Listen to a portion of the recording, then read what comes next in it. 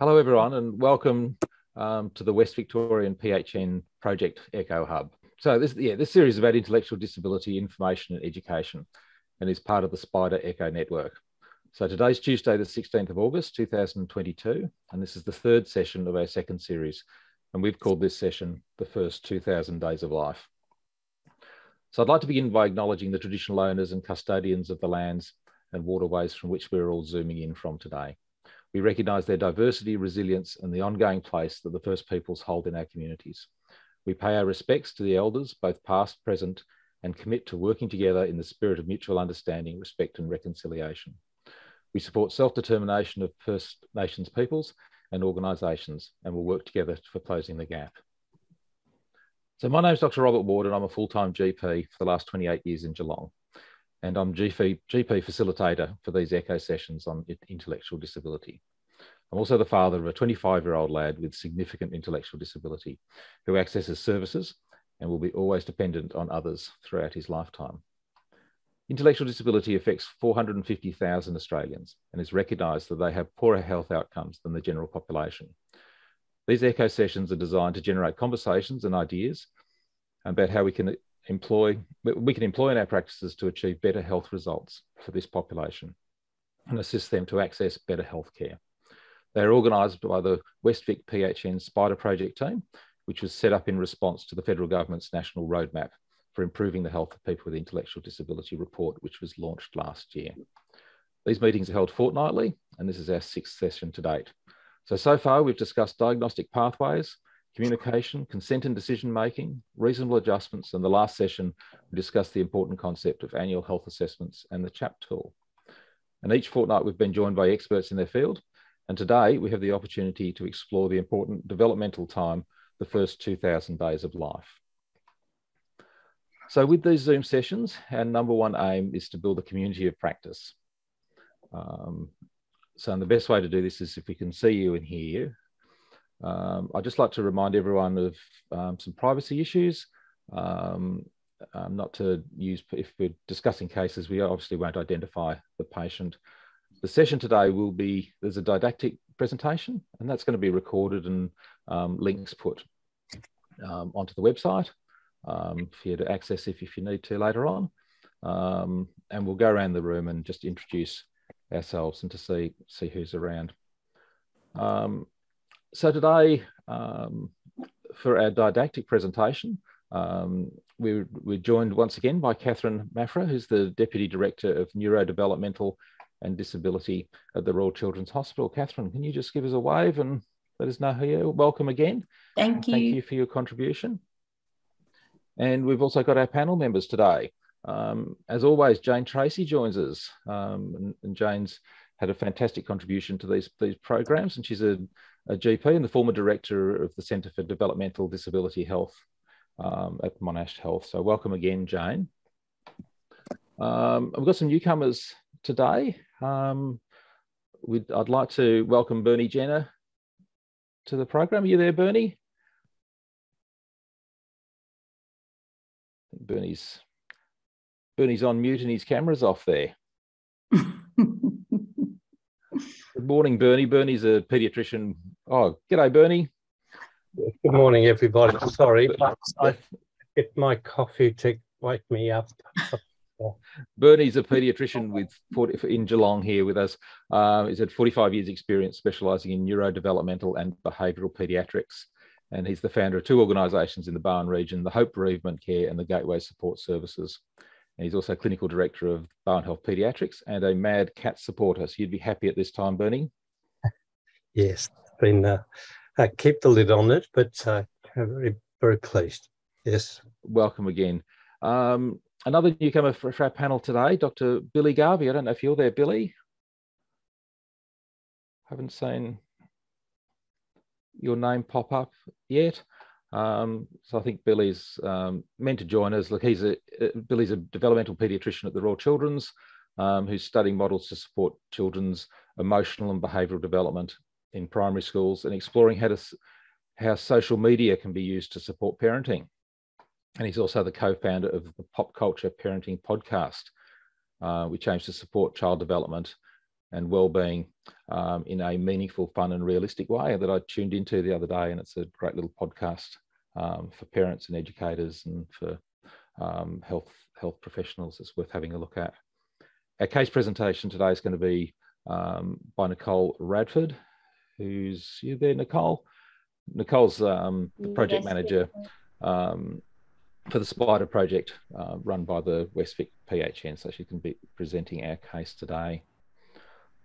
So I wonder if we just want to go around the room and see if we just want to quickly introduce ourselves. We've got the ECHO team of Whitney and Katrina there. Welcome, guys, and they're the guys in the background who help prepare the sessions today. If I call your name, do you want to just introduce yourself? We've got Tara. Hi, everyone. I'm a speech pathologist far out to the border near Coniva in Western Victoria. Welcome. We've got Nick, and we heard from Nick last week. Hi, Nick. Welcome to join us. Hi, Nick Lennox. I'm a GP by background and worked in disability for many years. Thank you. Thanks. And welcome. Vicky. Hi, I'm from Tweddle and I work in the HOPES program in Geelong. So we're an early parenting centre. So I do parenting education to families involved with family services. Good. Oh, you'd love the pop culture podcast. I haven't heard that. I might have to check it out. We should put a link on that. It's very good. Kathy Heading. Good morning. I am a counsellor in private practice and work quite a lot with NDIS clients and some young people with some special needs as well. Great, welcome. Thank you. All right, is it Tess? Hi, Tess. Well, I think you're on mute there, Tess.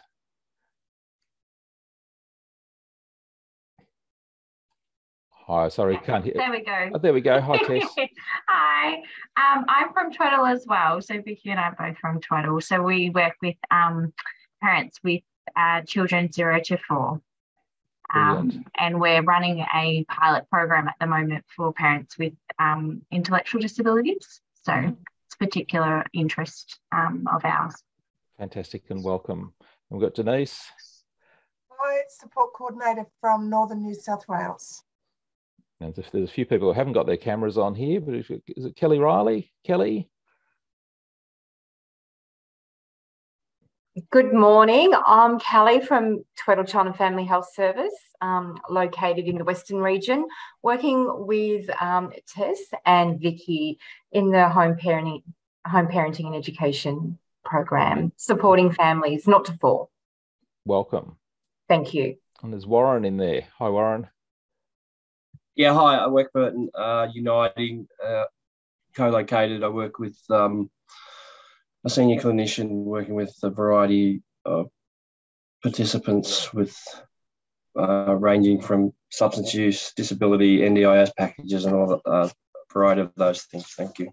Great, welcome. So a few other people down here without their cameras on. Zach. That's why I don't feel you need to. It's pretty early in the morning to introduce ourselves that much, but if anyone wanted to say, you can always introduce yourself in the chat as well.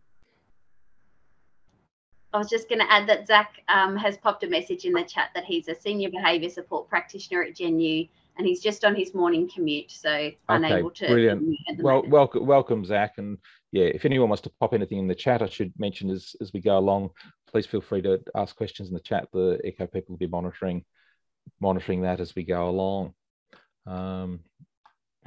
So I think if we put our agenda up there, Whitney.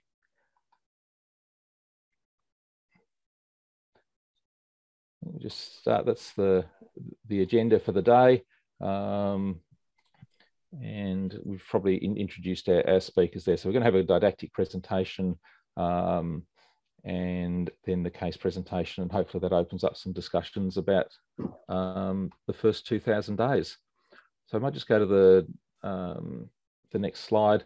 So these project echoes is all about case discussions. So if you have a case discussion or you want to put it to an expert panel, please feel free to submit it to the ECHO team, and hopefully it will open up some great discussions about that. It doesn't take long, and it's a fairly easy process, and they help you through the way. There's some professional development opportunities as well. So the next slide.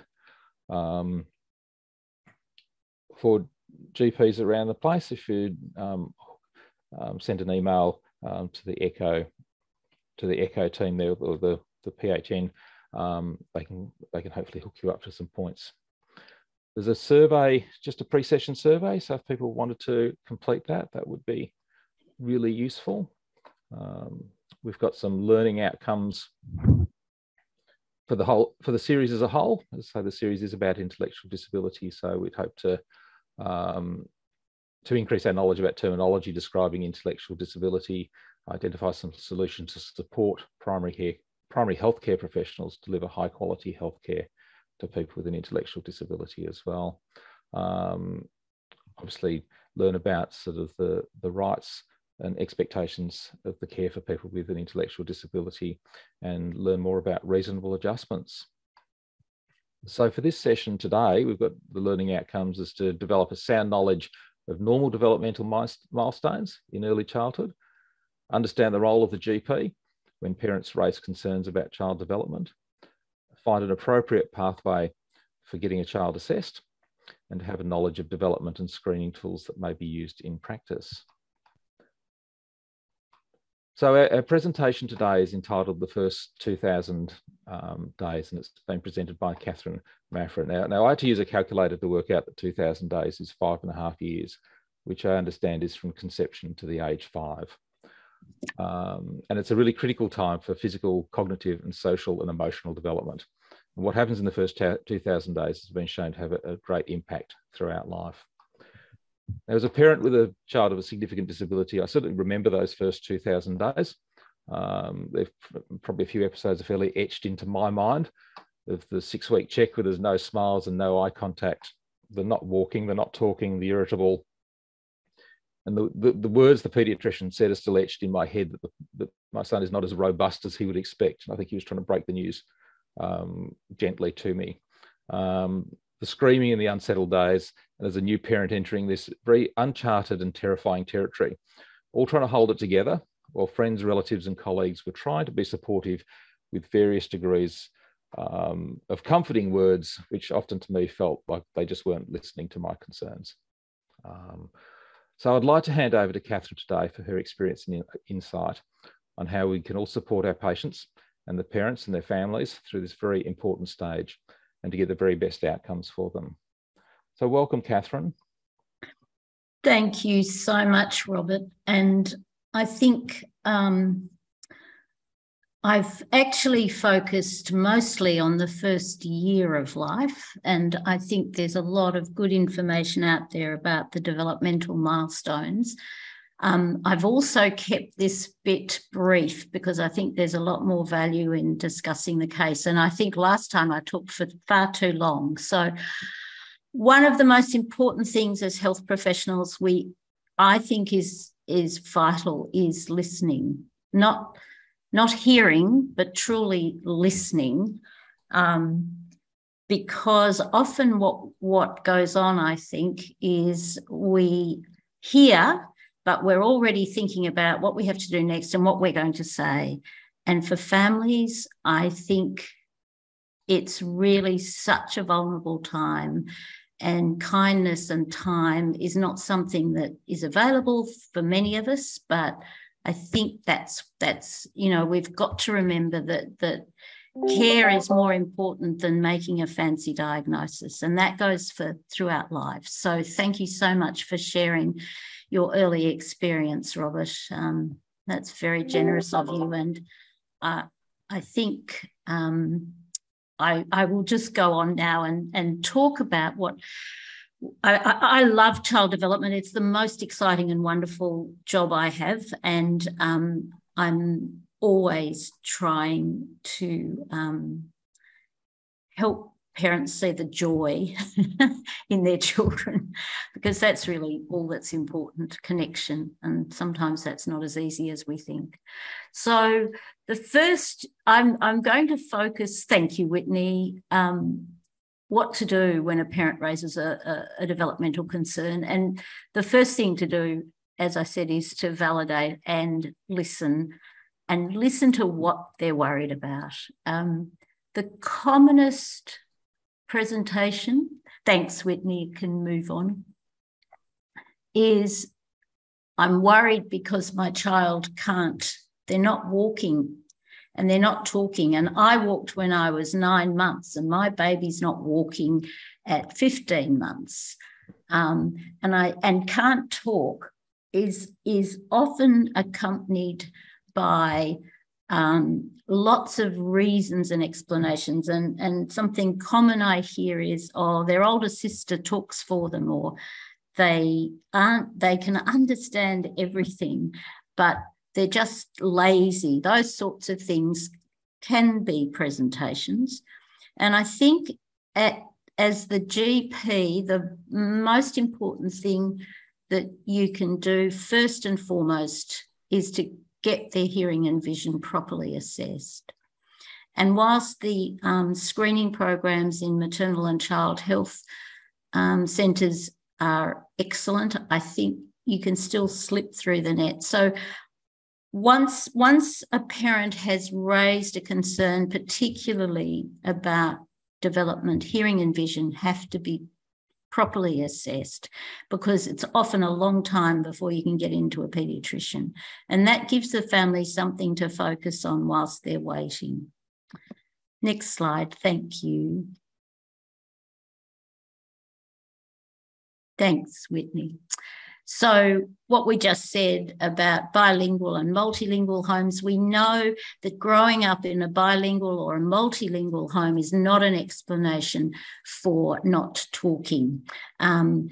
Language develops in bilingual and multilingual families in children. The only, as I understand it, the only thing that may happen is that there might be a slight delay in expressive language if you're growing up with more than one language. But if your brain is functioning normally, you will learn those languages very easily and very well. So whilst multilingual families may think that's an explanation and other people may think it's an explanation, it's usually not. There's usually something else going on.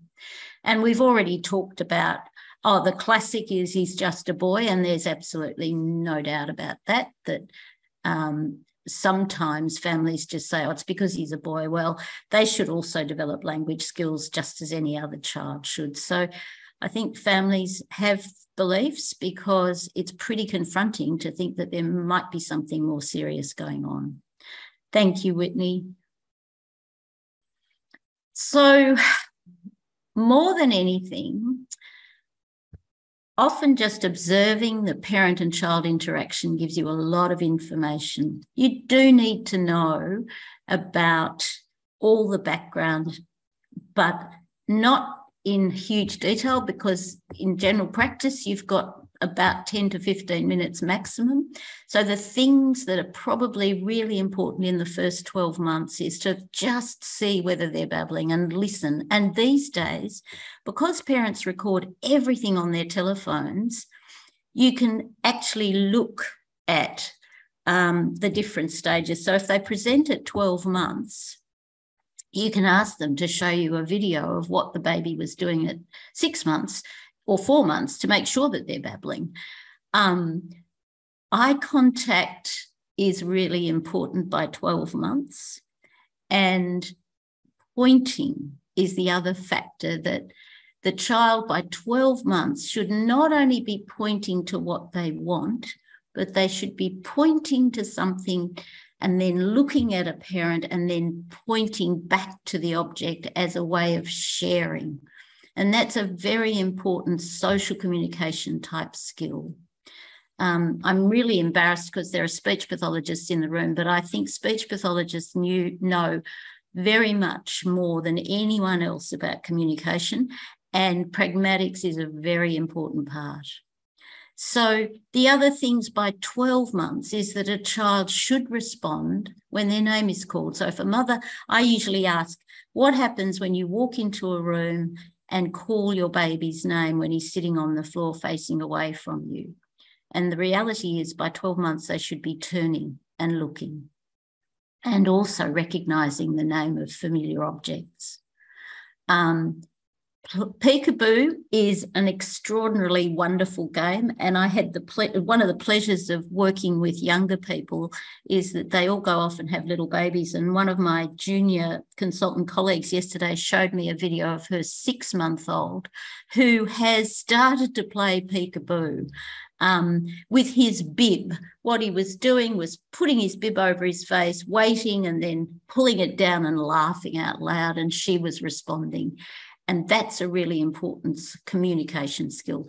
So words are important, but these are the things that as professionals, if they're not happening, if these things are not happening by 12 months, it just means there might be something going on. And they're the most important early milestones. I could go on and tell you about all the other milestones in terms of number of words by 2, using 2 words together at 2, using short sentences at 3, and using all the more complex sentences as they get older. But over and above everything else is the baby interacting and using not just words to communicate, but all the other things that are important, the non-verbal skills. Next slide. Thanks, Courtney. So the motor milestones, which really are important in terms of thinking about, is there another underlying diagnosis?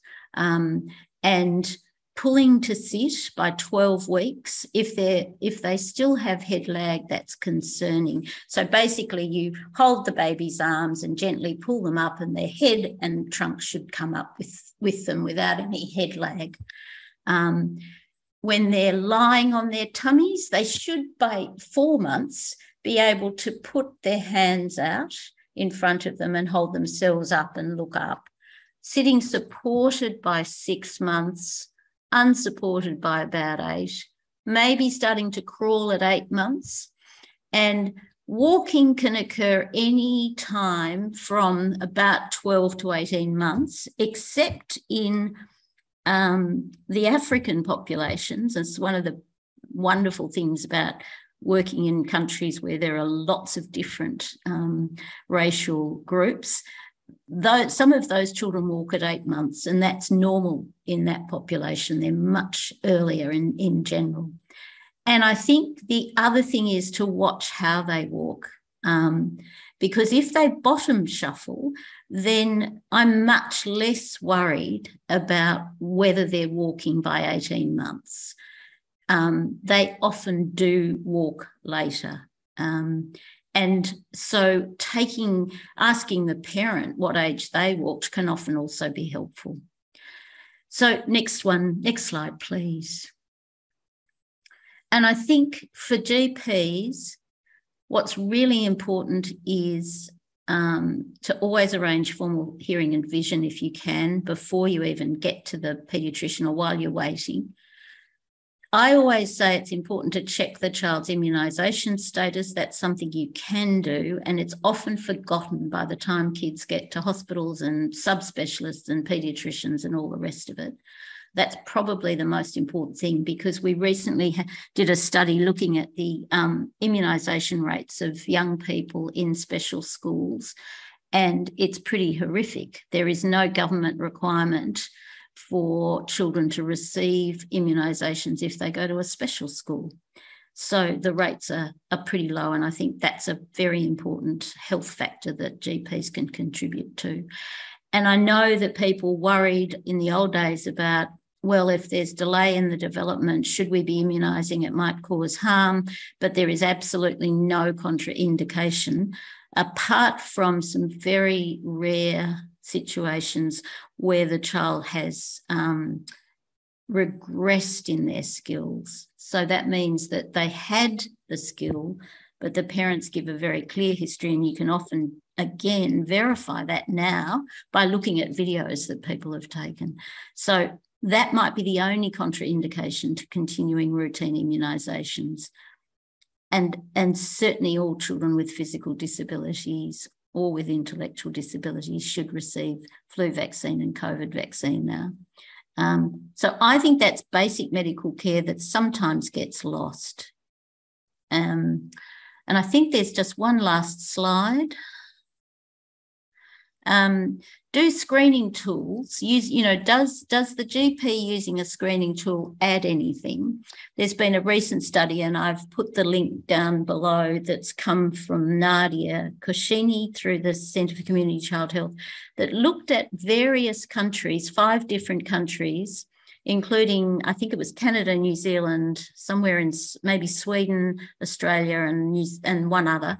And the most commonly used tools are the Strengths and Difficulties Questionnaire or the Ages and Stages Questionnaire, and they're readily available online.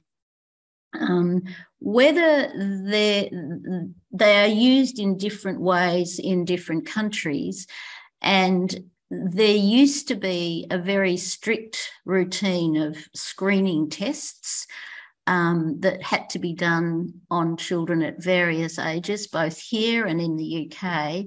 And in the late 80s, it was felt that the value of everyone being screened was probably not going to give you much bang for your buck. And it was better to do surveillance so that if a parent raised concerns, then you looked more carefully. So I guess that's just another way of, working out if you think it's helpful, then certainly use the Strengths and Difficulties or the Ages and Stages Questionnaire. But in the end, it's about listening. I think that's the last slide because I didn't want to go on for too long. We might move on to the case. Thanks, Catherine. I think it's really great insight. I'm always very aware from my own experience, and when patients and parents present with this, to have that fine balance between being reassuring and yet following it up, not dismissing a concern, because I felt during my journey several things were dismissed, and the only thing it really made me is like people weren't listening. Because probably what I was not trying, I wasn't really trying to say they're not talking. I was trying to say I'm really concerned about this whole episode, and you've just dismissed it with a flippant comment about your friend's child walking at 18 months, and that wasn't really very helpful for me as a parent. And the other thing I've also noticed as a parent, having 2 other children, how effortlessly and enjoyably they went through all their stages, which with my first son, I just thought everything we had to really work and go to therapy to get them to do all these things, but to watch and wonder how a normal child just develops in this effortless, beautiful way that was missing with my first son. So I was wondering if anyone had any questions they wanted to ask of Catherine. Thank you for fitting us within time, Catherine. That's fantastic. If anyone, if you can put your hand up or anything, or if maybe Bernie, if you had anything else to add to those early stages. Oh, Bernie, you're on mute. You're on mute as well, Bernie. Catherine, that was a lovely summary. I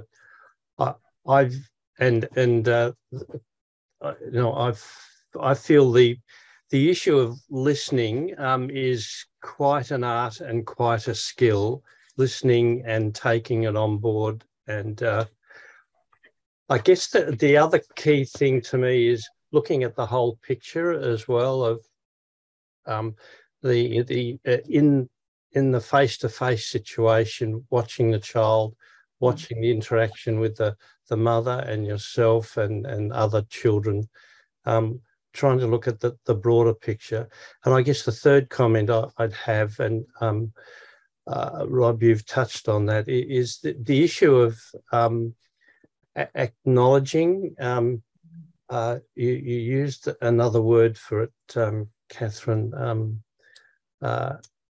I've just forgotten the word, but also the issue of connecting with working very hard to connect with the family and saying, I hear what you're saying. I carry, there is a concern. Maybe it's a little concern. Maybe it is bigger. I'm really not sure at the moment.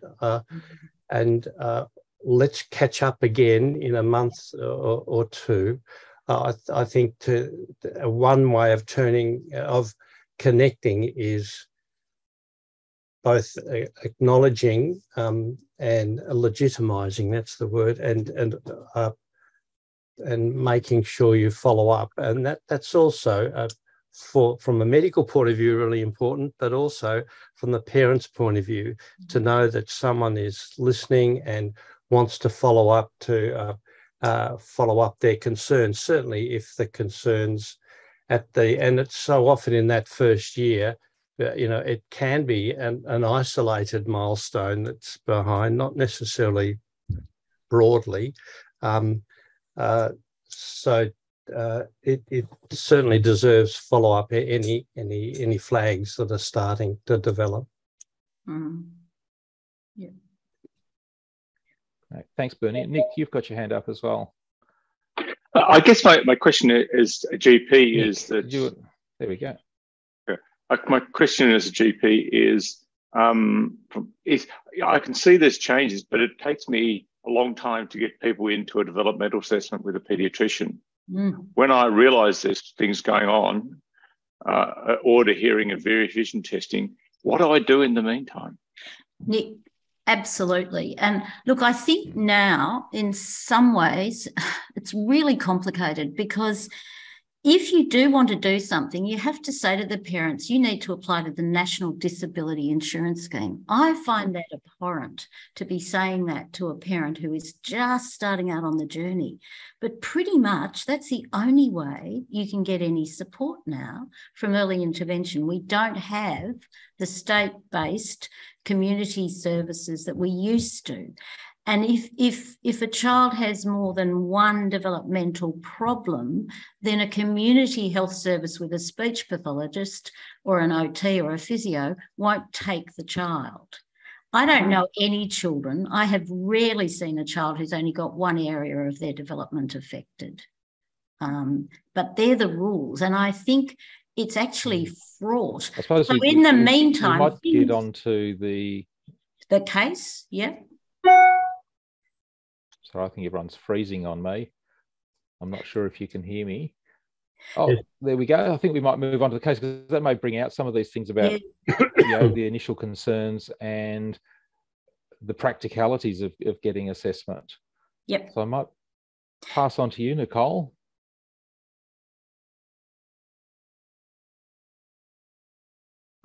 Thanks. We're really approaching 8:30, and I really appreciate the time and everyone's coming today. There is a slide for evaluation, and that's on the chat.